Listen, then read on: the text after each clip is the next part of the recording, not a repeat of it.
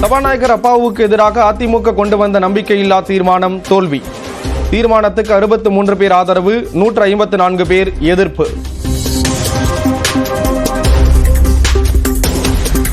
நடுநிலையுடன் செயல்படுபவர் சபாநாயகர் அப்பாவு என முதலமைச்சர் மு க ஸ்டாலின் பேச்சு. கனிவானவர், கண்டிப்பானவர் என்றும் திட்டவட்டம். ஆசிரியராக இருந்து அரசியலுக்கு வந்தவர் நம்முடைய மாண்புமிகு அப்பாவு அவர்கள். கனிவானவர், ஆனால் அதே நேரத்தில் கண்டிப்பானவர். இவை ரெண்டுமே பேரவைக்கு தேவை என்பதை அனைவரும் ஏற்றுக்கொள்வீர்கள் என்று நான் நினைக்கிறேன். இவை இல்லாவிட்டால் அவை கண்ணியத்தோடு கட்டுப்பாட்டோடு நடத்த இயலாது. சபாநாயகருக்கு எதிரான தீர்மானத்திற்கு காங்கிரஸ், விசிக, இடதுசாரிகள் உள்ளிட்ட திமுக கூட்டணி கட்சிகள் எதிர்ப்பு. அவைக்கு வராத பாமக உறுப்பினர்கள், விவாதத்தில் பங்கேற்காத பாஜகவினர்.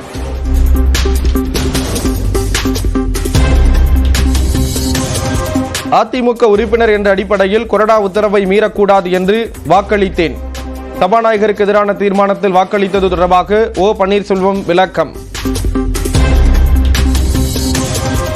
சபாநாயகர் நடுநிலையோடு செயல்பட வேண்டும் என்று தொடர்ந்து கோரிக்கை விடுத்தும் நியாயம் கிடைக்கவில்லை.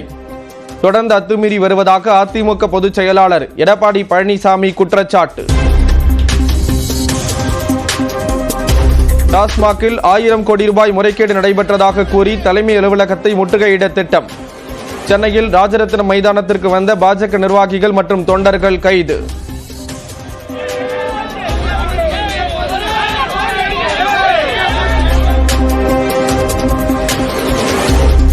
டாஸ்மாக் அலுவலக முற்றுகை போராட்டம் அறிவிக்கப்பட்ட நிலையில் தமிழ்நாட்டின் பல்வேறு பகுதிகளிலும் பாஜக நிர்வாகிகளுக்கு வீட்டுக்காவல்.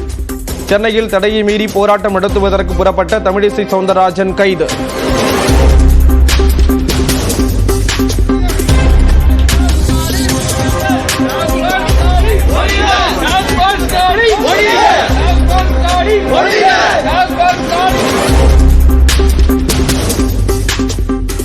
டாஸ்மாக் அலுவலக முற்றுகை போராட்டத்துக்கு புறப்பட்ட தமிழ்நாடு பாஜக தலைவர் அண்ணாமலை கைது. 1000 கோடி ரூபாய் முறைகேடு என்பது சிறிய தொகைதான் என பேட்டி.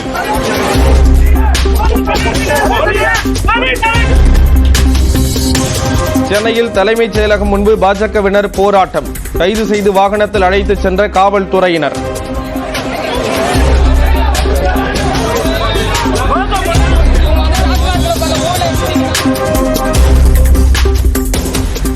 டாஸ்மாக் முறைகேடு விவகாரத்தில் பாஜகவும் திமுகவும் நாடகமாடுவதாக தவேக பொதுச் செயலாளர் ஆனந்த் குற்றச்சாட்டு.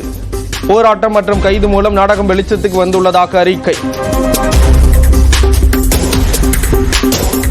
டாஸ்மாகில் 1000 கோடி ரூபாய் ஊழல் என்பதற்கு ஆதாரம் எங்கே என பாஜகவுக்கு சட்டத்துறை அமைச்சர் ரகுபதி கேள்வி.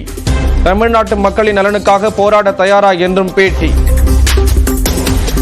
1000 கோடி ஊழல் என்று சொல்லுகிறார்கள். கைது நடந்து எத்தனை நாள் ஆகிவிட்டது? ஏதாவது ஆதாரம் காண்பித்திருக்கிறார்களா? ஆதாரம் இருக்கிறதா? எங்களுடைய அமைச்சர் செந்தில் பாலாஜி அதை தெளிவாக மறுத்திருக்கின்றார். எதையும் வேண்டுமென்றாலும் நாங்கள் சந்திக்க தயார் என்று சொல்லியிருக்கின்றார்கள். டெல்லி பாணியில் அரசியல் செய்யலாம் என பாஜக கனவு காண்பதாகவும் தமிழகத்தில் ஈடுபடாது என்றும் அமைச்சர் ரகுபதி பேட்டி. மாற்றுக் கட்சிகள் ஆளும் மாநிலங்களை மத்திய பாஜக அரசு பழிவாங்குவதாக குற்றச்சாட்டு.